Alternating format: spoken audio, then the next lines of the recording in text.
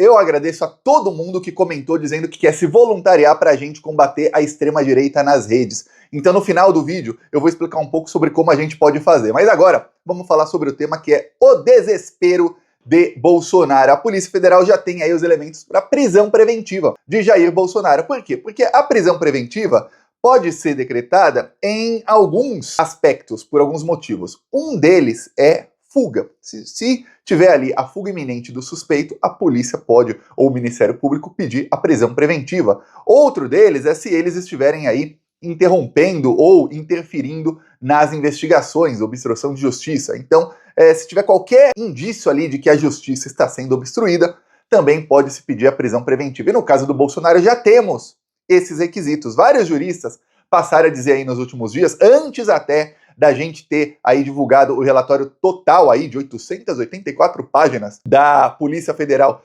sobre a tentativa de golpe do Bolsonaro, já diziam esses juristas, olha, já tem elementos para prisão preventiva do Bolsonaro. Só que agora, o que o Alexandre de Moraes fez ontem foi escancarar para toda a sociedade, para quem quiser ver, e olha, eu vou falar, vá no site do Plantão Brasil, que lá tem o PDF com 880 páginas. Se você quer, vai ser a minha leitura desse dia, a minha leitura dessa semana? Ó, tem um livro muito bom. Eu só tenho uma crítica a esse relatório aí de 884 páginas. Caso fosse uma ficção, seria uma ficção muito mal escrita, porque, nossa, que bandidos burros! Eles produzem tantas provas contra si mesmos, só que às vezes a gente vê a realidade vai além da ficção. Eles são realmente muito burros. Se fosse uma série da Netflix, eu diria, olha, não assisto mais. Não existe gente tão burra.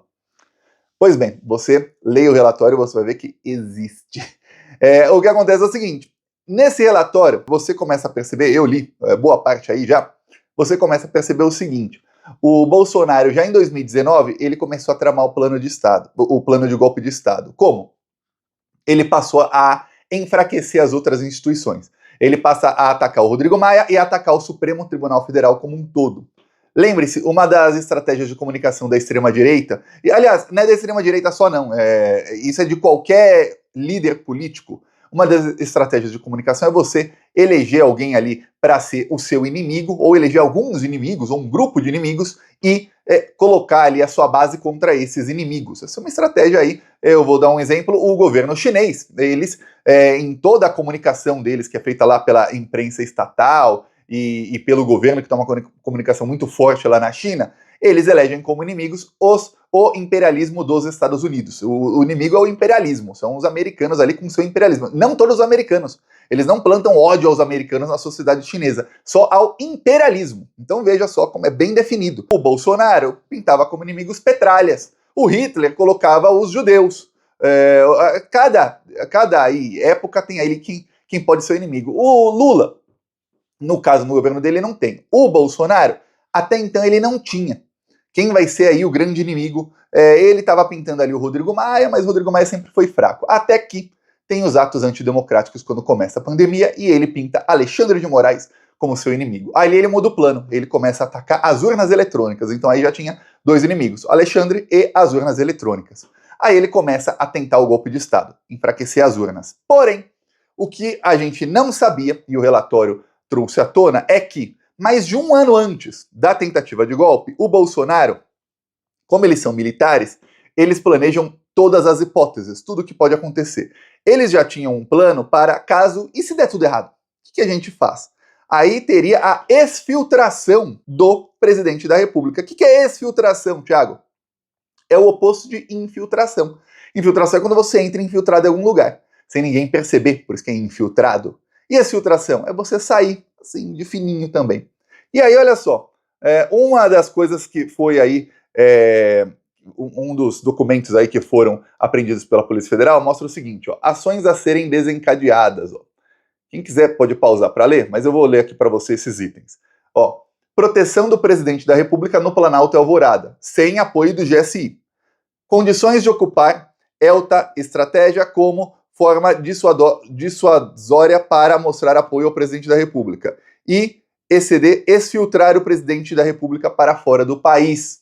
E aí coloca, na ação de proteção do presidente no Planalto Alvorada, sem apoio do GSI, haveria a cooptação de militares do GSI que, uma vez acionados, estariam ocupando posições-chave nos palácios do Planalto e Alvorada para auxiliar na exfiltração do então presidente da República.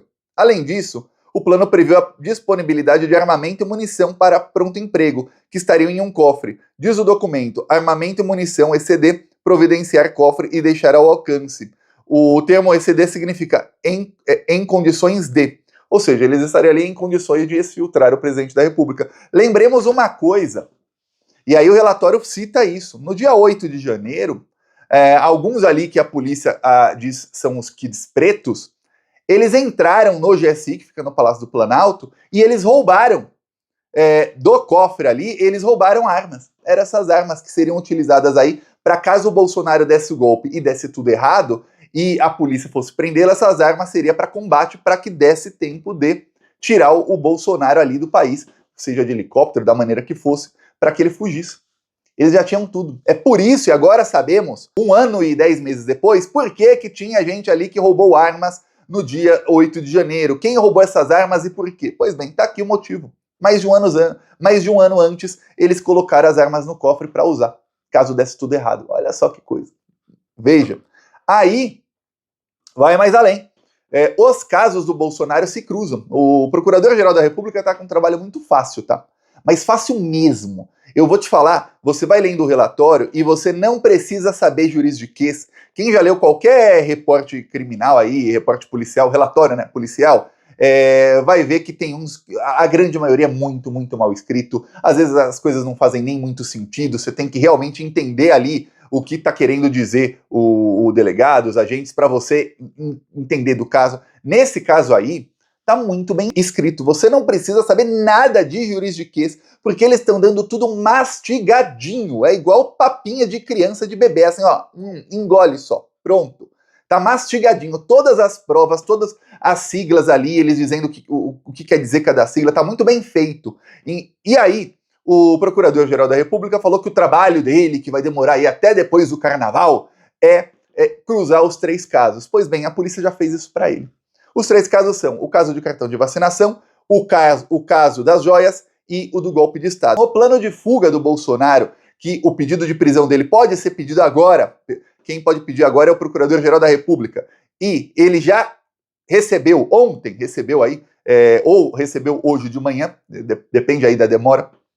Às vezes o despacho chega no dia útil seguinte, e às vezes, como é tudo aí eletrônico, chega no mesmo dia. Mas tem uns prazos aí no STF, na PGR, que não dá para entender. Mas enfim, entre ontem e hoje ele recebeu isso, então ele já tem aí, não precisa ler o documento inteiro se ele não quiser, mas se quiser pode ler.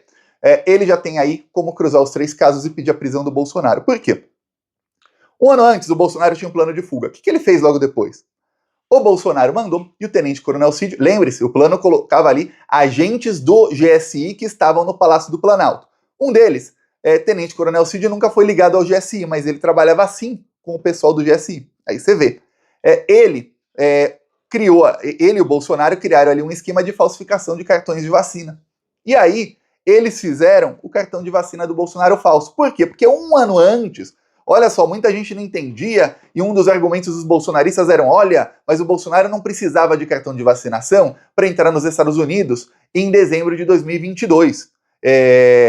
Então é óbvio que ele não ia falsificar o cartão por isso. Só que o plano de fuga foi feito mais de 1 ano antes, quando precisava de cartão de vacinação para entrar nos Estados Unidos. E aí, por mais que digam, mas o presidente da República talvez não. Sim, mas e se ele quisesse pedir um visto? Ou e se ele entra sem o cartão, ele não é mais presidente e a pandemia continuasse? Lembre-se, ele não sabia, mais de 1 ano antes, como estaria a situação sanitária nos Estados Unidos. Ninguém sabia.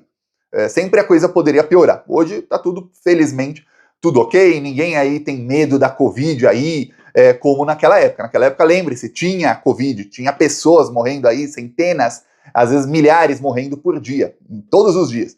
Então, ele não sabia, por isso ele foi falsificar o cartão de vacinação. Vamos começar a organizar aqui no Plantão Brasil. Eu vou dar um curso gratuito sobre como a gente, nas redes sociais, acabar aí com a extrema-direita. E aí, uma das coisas que eu vou ensinar no curso é que precisa de organização. E a gente pode fazer uma organização aqui no Plantão Brasil, porque mais de 1000 pessoas disseram que querem se voluntariar. No curso, eu vou ensinar 2 coisas, que são a produção e a distribuição de conteúdo. Essas são as 2 coisas São as duas coisas principais.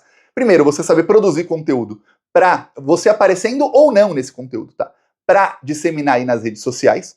E o segundo é você ter onde distribuir esse conteúdo, porque não adianta fazer muito conteúdo e não ter onde distribuir. Então, aí os plantonistas que quiserem se voluntariar vão ser aí, depois de fazer o curso, cada um escolhe o que prefere, vão ser aí distribuídos em dois grupos. O grupo de produção e o grupo de distribuição. Quem produz pode também distribuir nas suas próprias redes, criar mais redes para isso, etc. E os que distribuem recebem o conteúdo e tem ali a tarefa de distribuir esse conteúdo e fazer viralizar nas redes. E, obviamente, a gente vai ensinar tintim por tintim como fazer isso. Por quê? Porque a gente precisa começar a combater a extrema-direita, porque, olha, a aprovação do Lula segue em queda livre, mesmo com os resultados positivos na economia. Então você vê que o problema é única e exclusivamente de comunicação. Tem governos, o do Bolsonaro, que não fazem nada, só faziam desgraça. E mesmo assim, mantinham ali 30%, 40% de aprovação fixas sempre. E, no fim, ele conseguiu mais votos do que teve na eleição anterior. Como?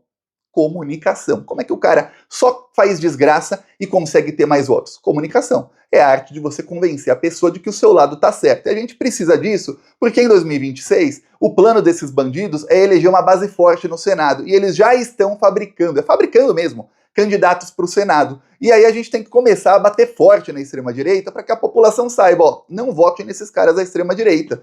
E para que a população seja aí cada vez mais conscientizada de que a esquerda é o caminho. Eu peço aí a sua inscrição no canal. Nos próximos vídeos aí eu vou falar um pouquinho mais sobre como faremos e anunciar aí a data do curso gratuito.